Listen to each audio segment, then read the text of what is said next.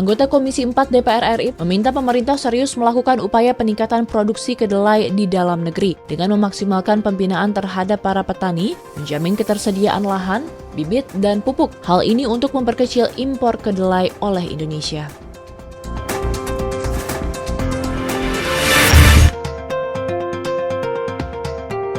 Usai melakukan uji kelayakan dan kepatutan calon Kepala Kepolisian Indonesia, Komjen Polisi Listio Sigit Prabowo, Komisi 3 DPR RI mendorong institusi kepolisian menegakkan hukum secara tegas sehingga memberikan rasa keadilan bagi masyarakat.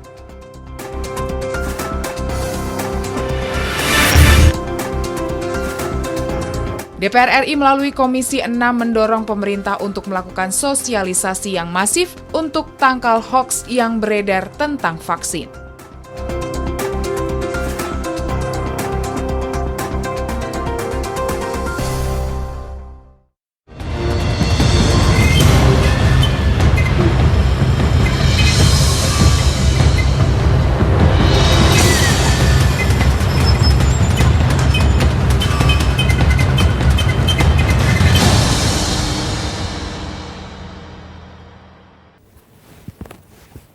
Ya, halo apa kabar pemirsa, berjumpa lagi di Suara Parlemen Pagi bersama saya, 22 Januari 2021, kami sudah menyiapkan beragam informasi terkait dinamika juga kegiatan dari anggota parlemen di DPR RI Senayan, Jakarta. Dan pada hari ini tim redaksi TV Parlemen sudah merangkum beberapa berita yang akan kita bahas pada pagi hari ini.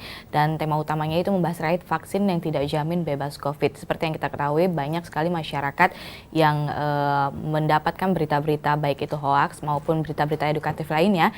Dan di sini menjadi suatu hal yang sangat diragukan oleh masyarakat apakah akan menggunakan vaksin ini atau tidak. Tapi sebaiknya ada beberapa pendapat bahwa lebih baik menggunakan daripada tidak sama sekali, karena ini ada proses atau cara untuk pencegahan kita untuk melawan virus corona sendiri. Dan sebelum kita membahas terkait dengan vaksin tidak jamin bebas COVID, kita akan bahas 3 berita pilihan yang dirangkum dari tim redaksi TV Parlemen.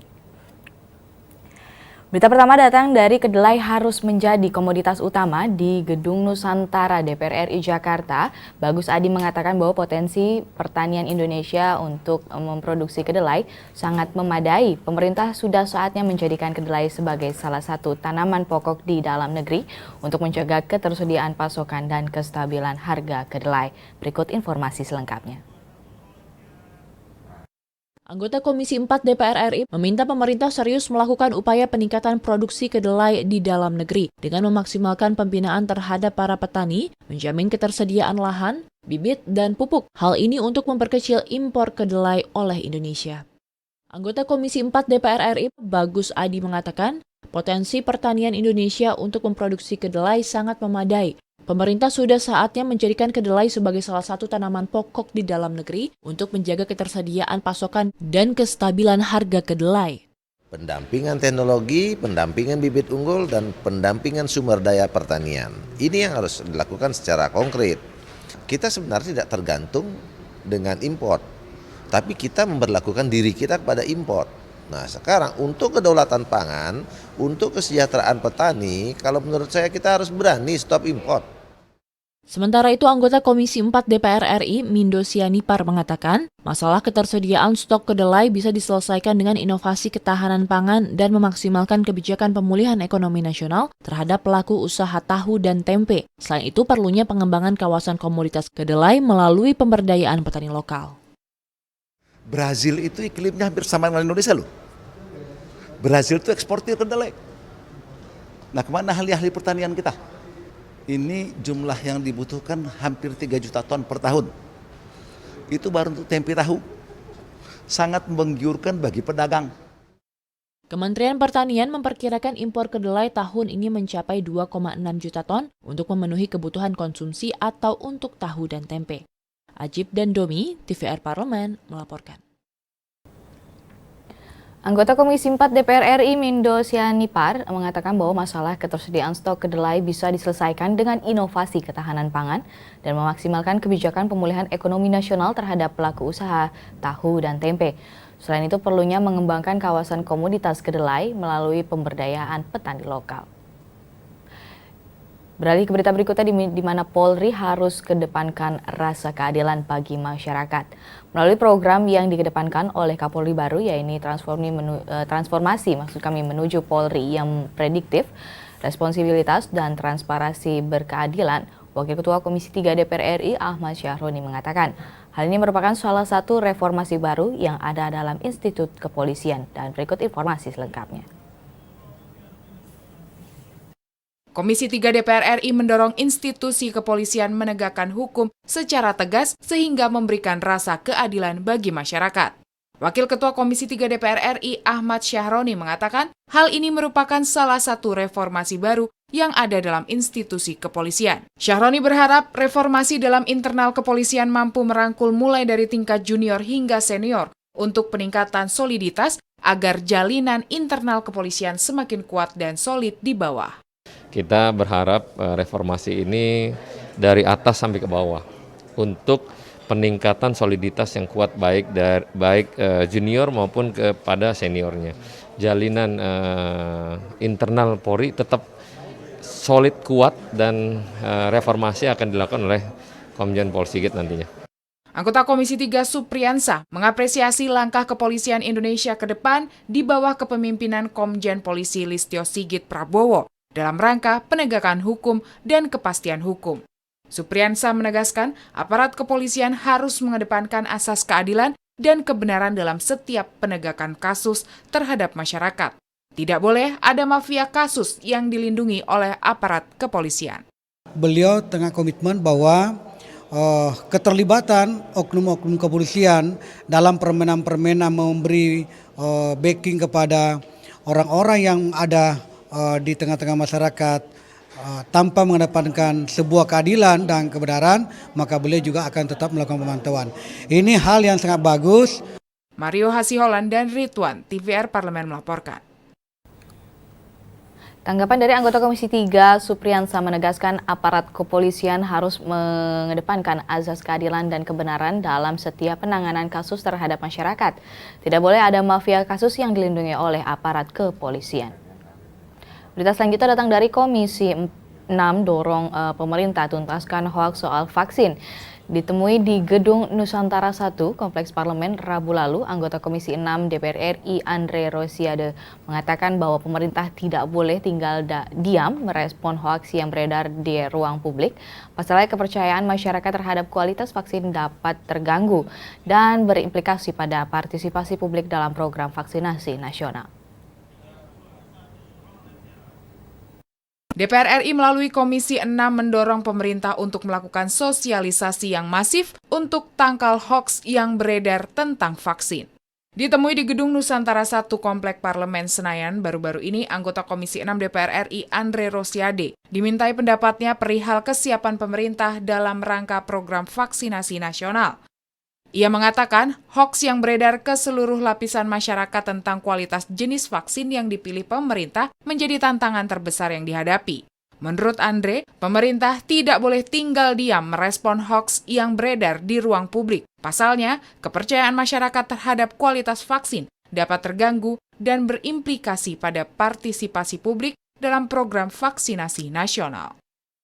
Problem kita bukan soal penyediaan vaksin, tapi banyak informasi hoax yang tersebar ke masyarakat sehingga keyakinan masyarakat terhadap vaksin ini lemah.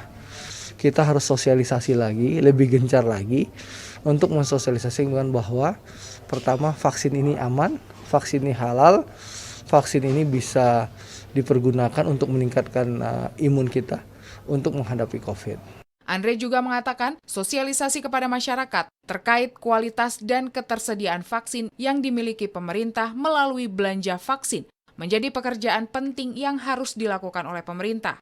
Suntikan pertama itu kan badan kita mengenal vaksin. Suntikan kedua 2 minggu kemudian barulah imun dibangun dan itu butuh waktu 3 bulan.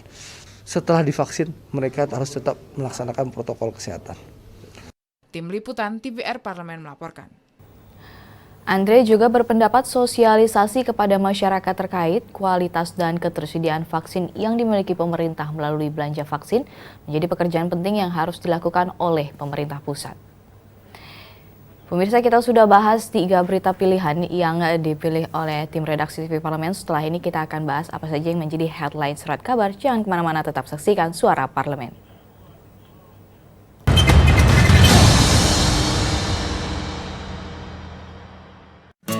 Indonesia siap memasuki tatanan hidup baru di tengah pandemi corona. Apa kita sudah paham persiapan dan protokol kesehatan yang harus dilakukan di lingkungan kerja? Pastikan kondisi tubuh sehat saat berangkat ke kantor. Gunakan masker. Membawa perlengkapan makan sendiri. Sediakan hand sanitizer dan selalu mencuci tangan.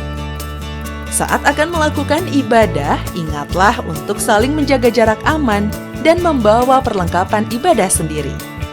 Karena tempat ibadah sudah tidak menyediakan alat ibadah untuk mengurangi penyebaran virus corona. Semoga kita semua mampu memutus mata rantai penyebaran COVID-19 dan roda perekonomian pun tetap berputar.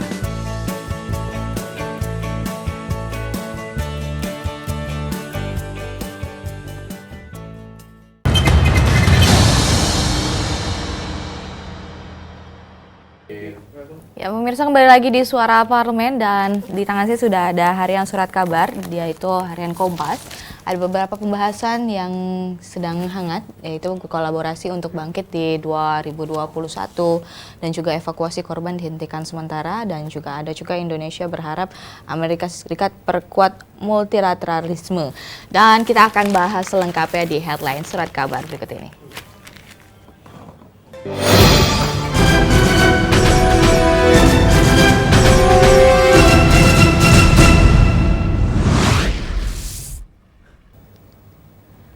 Headline surat kabar yang pertama datang dari harian Kompas, membahas terkait berkolaborasi untuk bangkit di 2021.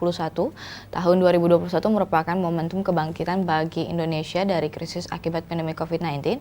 Kolaborasi diyakini merupakan salah satu cara untuk bangkit bersama dan mengatasi pandemik, juga memulihkan perekonomian nasional. Untuk itu, Presiden Joko Widodo mengajak semua pihak merencanakan kehidupan normal dan membidik berbagai peluang usaha pasca pandemi COVID-19. Berita selanjutnya masih dari harian Kompas. Wartawan semakin minim perlindungan. Fungsi pers sangat penting pada masa pandemi COVID-19 untuk menyediakan informasi yang berkualitas dan kredibel serta membantu masyarakat melewati tantangan krisis. Namun hasil penelitian berbagai lembaga kemasyarakatan menunjukkan keselamatan wartawan di Indonesia selama ini selama masa pandemik ini justru berada dalam situasi mengkhawatirkan. Meski wartawan dilindungi Undang-Undang Nomor 40 Tahun 1999, dalam praktiknya undang-undang ini belum cukup melindungi wartawan yang ada di Indonesia. Pemirsa, setelah ini kita akan bahas terkait dengan tajuk pada pagi hari ini, vaksin tidak jamin bebas COVID, setelah jeda berikut ini.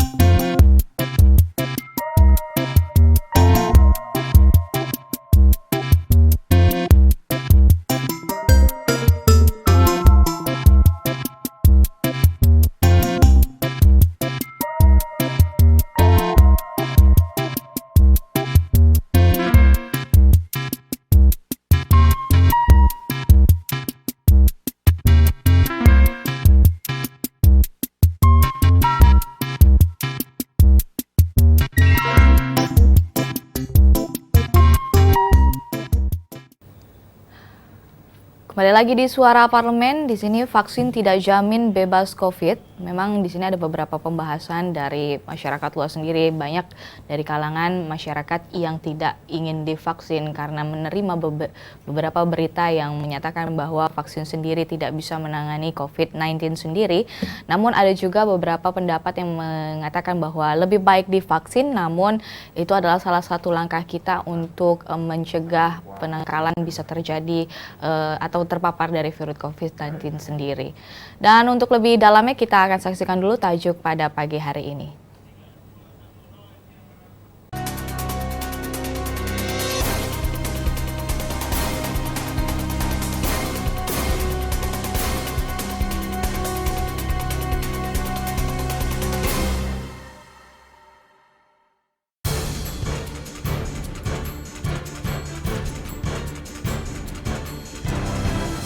Vaksin tidak jamin bebas COVID. Sebanyak 25 relawan uji klinis vaksin Sinovac terkonfirmasi positif COVID-19, yakni terdiri dari 18 orang dari kelompok penerima obat kosong atau placebo dan 7 orang dari kelompok penerima vaksin. Pemerintah harus memberikan penjelasan adanya kasus tersebut kepada masyarakat agar hal ini tidak menjadi pertanyaan dan meminimalisir potensi munculnya berita-berita hoaks vaksin COVID-19 di masyarakat.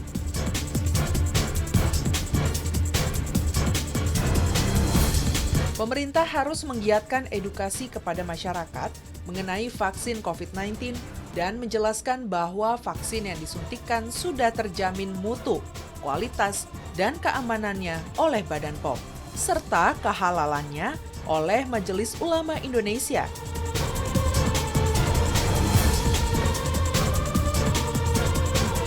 DPR menghimbau masyarakat yang sudah menerima vaksin agar tetap menerapkan protokol kesehatan secara ketat. Mengingat vaksin membutuhkan waktu untuk membentuk antibodi dan yang sudah menerima vaksin juga harus menghormati orang-orang yang belum menerima vaksin melalui penerapan protokol kesehatan COVID-19 sebagai upaya memutus mata rantai penyebaran COVID-19.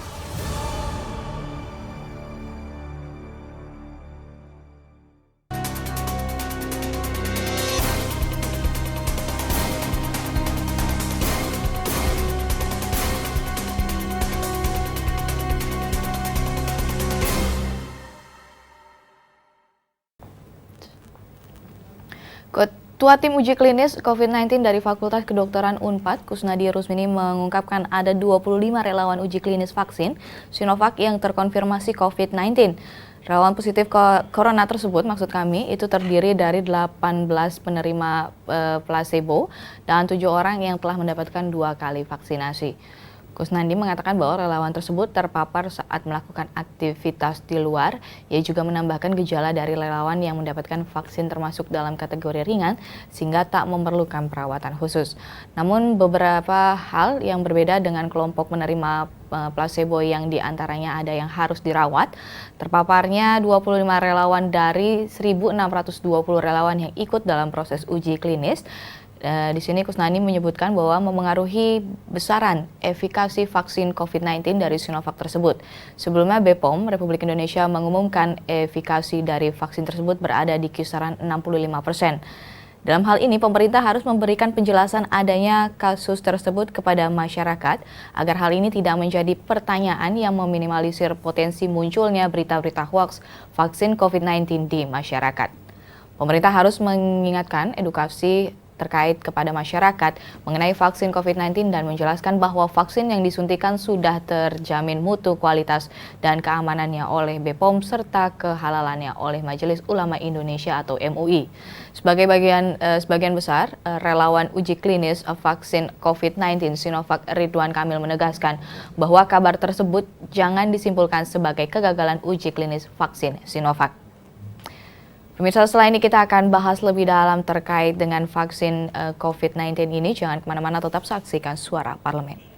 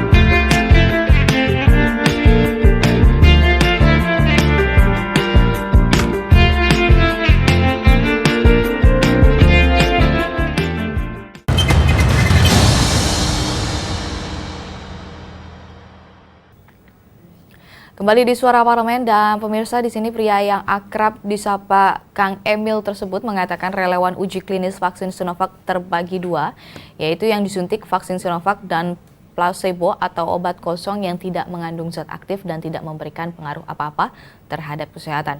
Menurut Kang Emil, antibodi baru terbentuk 3 bulan setelah penyuntikan kedua. Relawan masih dimungkinkan terpapar COVID-19 sebelum 30 hari setelah penyuntikan kedua karena pembentukan antibodi sedang berproses, apalagi jika relawan mengabaikan protokol kesehatan. Karena itu, kata Gubernur Jawa Barat menekankan bahwa kabar 25 relawan uji klinis vaksin Sinovac terpapar COVID-19 harus dikaji lebih dalam lagi. Dan secara keseluruhan, DPR RI menghimbau masyarakat yang sudah menerima vaksin agar tetap menerapkan protokol kesehatan, dan di sini secara ketat mengingat vaksin membutuhkan waktu untuk membentuk antibodi dan yang sudah menerima vaksin juga harus menghormati orang-orang yang belum menerima vaksin, dan di sini melalui penerapan prokes COVID-19 sebagai upaya memutus rantai penyebaran COVID-19. Masih membahas terkait dengan COVID-19, di sini ada update COVID-19 per 21 Januari 2021 yang dilansir dari halaman kemenkes.go.id. Perkembangan COVID di sini ada di positif di 951.651 atau bertambah 11.703 dan dinyatakan sembuh di angka 772.790 atau bertambah 9.087. Dan dinyatakan meninggal dunia di angka 27.203 atau bertambah 346. Pemirsa, kita sudah bahas apa saja yang menjadi berita pilihan dari tim redaksi TV Parlemen. Lalu dilanjut dengan harian surat kabar dan juga tajuk pada pagi hari ini, maka berakhir pula perjumpaan kita. Saya Anggun Oktarini beserta seluruh kru yang bertugas mengucapkan terima kasih telah menyaksikan. Ingat pesan ibu, tetap gunakan masker, mencuci tangan, dan jaga jarak. Sampai jumpa.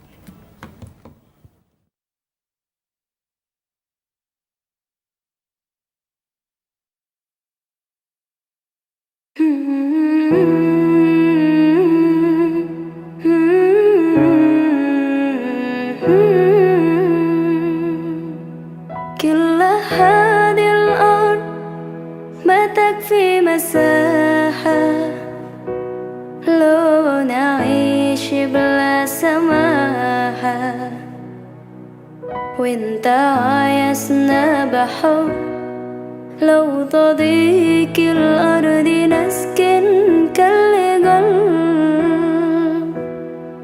كل هذه الأرض ما تكفي مساحة لو